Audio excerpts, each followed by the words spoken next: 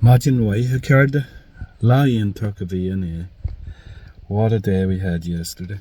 And I was going to leave Strandhill yesterday early and hit the road, because this stretch from Sligo to Westport is quite long. It's 3 full walking days. But Damo had a bit of a catastrophe. He left all his tech in the bar, and he stole a phone.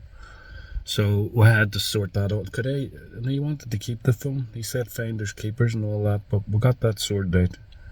And I didn't get on the road till 1 o'clock. And the first I met on the road was Ellen, and she wanted to walk with me, but that road is so dangerous. I said it's very, very dangerous, like. But she wanted to walk, and I was glad of the company, and she did. She walked along with me. And then on up the road, there were people there to meet us, and they were Karen, Maura and Brian, who work with Ellen at the ATU.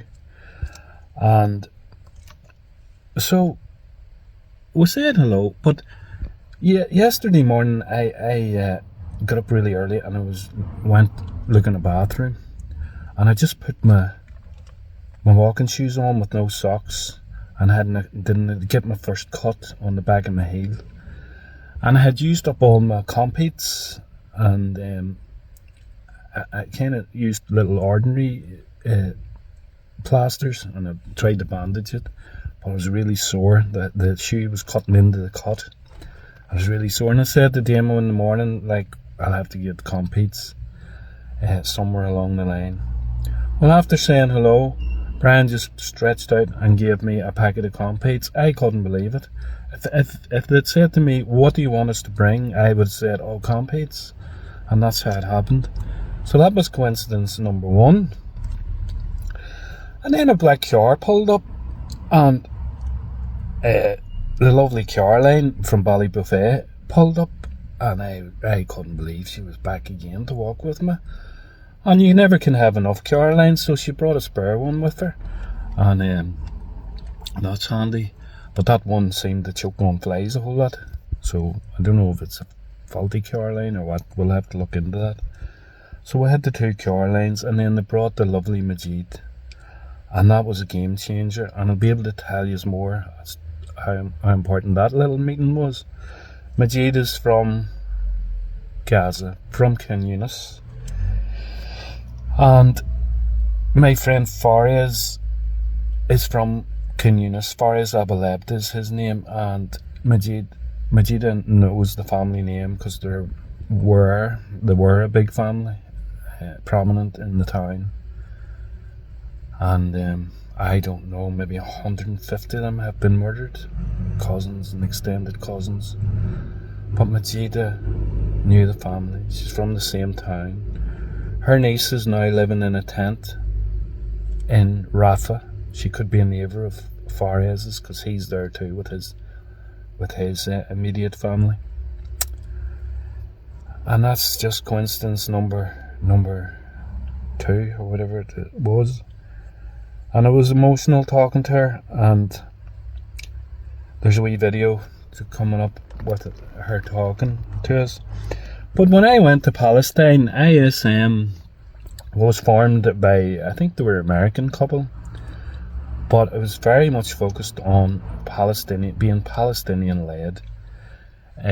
There are Palestinians on the ground coordinating everything, and the Palestinian families asked for us to go out, and during our training it's made clear, like, you do whatever the Palestinians want, and whether you agree with it or not, they lead us. They tell us what to do, when to do it, and where to do it, and we don't argue with it. They're the bosses. So it was a no-brainer for me to ask Majida would she lead us on the walk in, and I explained why. And she did. You talk about regretting something. An absolute powerhouse. We could hardly keep up with her. Turns out she walks about three hours a day. And we were all flying trying to keep up with Majida.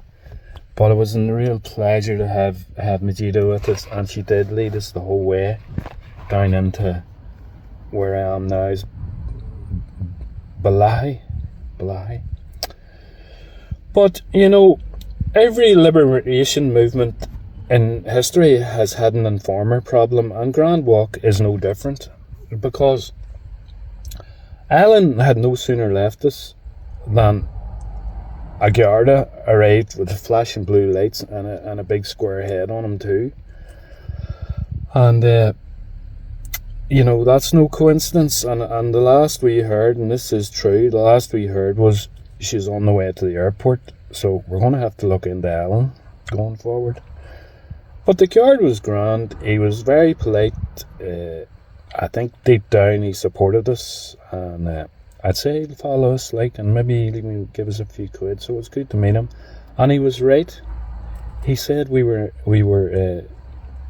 it was dangerous, and we knew it was dangerous, really, you know, and we needed him to tell us that we were breaking the law, we were endangering other traffic, and he warned us not to continue the way we were. So the I don't know, was there 4 with us?